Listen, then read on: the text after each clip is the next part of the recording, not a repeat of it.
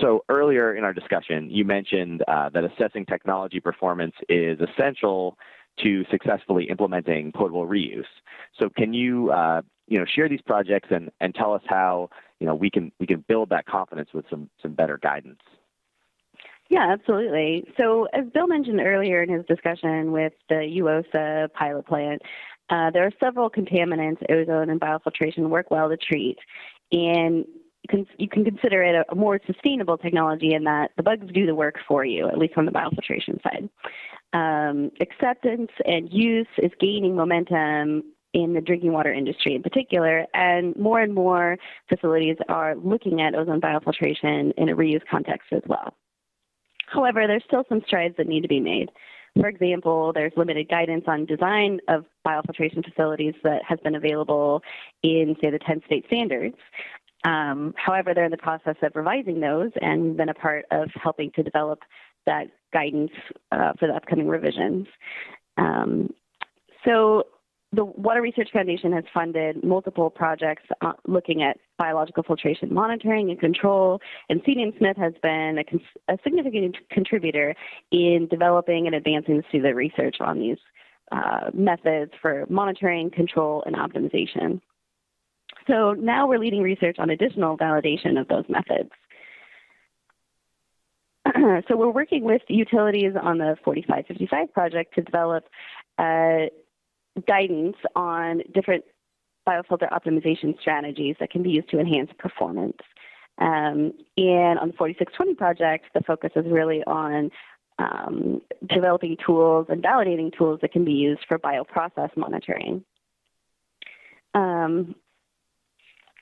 So through pilot and full-scale optimization testing at 15 utilities for the 4555 project, and at 13 utilities for the 4620 project, we're working to provide guidance on methods for optimizing, monitoring, and linking performance metrics with control variables, as well as operations and monitoring. So optimization testing has included evaluations of different filter media types, backwashing procedures, different types of preoxidants and synergistic effects of those oxidants, the effects of upstream coagulation sedimentation, as well as enhancing microbial activity, which would include things like enhancing or amending with nutrients or extending empty bed contact times. And on the 4620 project, we're looking at validating multiple different tools. So we're just actually getting started with our testing at the 13 utilities for this project. So here we have a few photos showing some of the instrumentation that we have for the bioprocess monitoring. The photo on the left is a TOC analyzer, and that would be for measuring performance in terms of organics removal, but that also can be an indicator of biological activity, how much carbon are the microbes consuming. Another indicator of bioactivity is measuring luminescent dissolved oxygen. So the photo shown here in the middle is a luminescent dissolved oxygen probe. And here you're looking at measuring the concentrations on the filter influent and filter effluent, and then measuring the differential between those two as an indicator of the DO consumed for cellular respiration.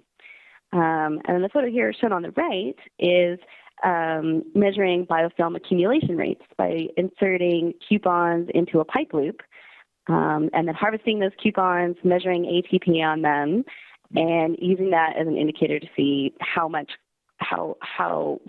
the potential is for biological growth. ATP is a adenosine triphosphate. That's a bioenergy molecule that's present in all living organisms. So it's a really good indicator of how biologically active what the potential is for microbial growth is from the water coming through. So as an ultimate goal for the project, we are looking for reliable process control guidance and monitoring strategies that are practical for implementation by operators. And ultimately, we hope to provide clear, practical guidance for operators on using biofiltration, not only what to monitor for, but how to do it and how to interpret the data. Well, that makes a lot of sense. Bill walked us through earlier how, operator confidence is crucial, and it sounds like this project is driving towards something that can help build that clear guidance that can make it a little more confident to operate these biological systems. So thanks for taking us through that, Jen.